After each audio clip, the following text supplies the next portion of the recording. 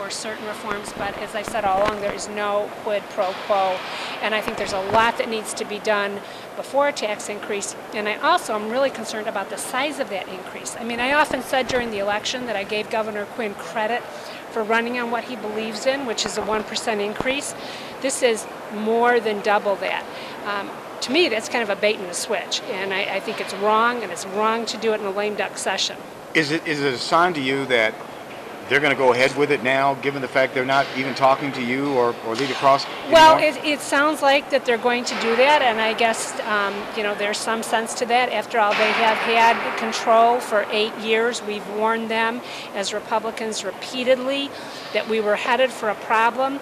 They've ignored it, and so if they think this is a solution, they should go ahead and put their own votes on it. Now, I will say we are still prepared to work hard with them on good public policy, and there's some of that going on. The Medicaid reform is a great example.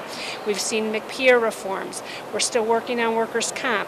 We will partner with the Democrats in every area where we think we can get some good work accomplished. But you haven't done. Go It's ahead. not feasible, though, is it, that the state can cut its way out of this $15 billion hole? I've said that all along. There cannot be cuts alone. I haven't changed from that, but that is not the first solution to the problem, and it's dishonest to tell the taxpayers that you get a 1% increase if you vote for me, and then you get stuck with more than double that, which, by the way, will be a 75% increase in the income tax in the state.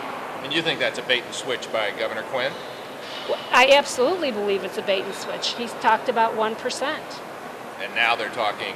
At least 2.25 from my understanding. I mean, they portray, though, the Republican Party now as being a party of obstructionism here. Well, that's absolutely ridiculous. I mean, we've seen example after example where we have partnered with them in order to create good public policy. We just passed Medicaid reform. We did the pension reform last year.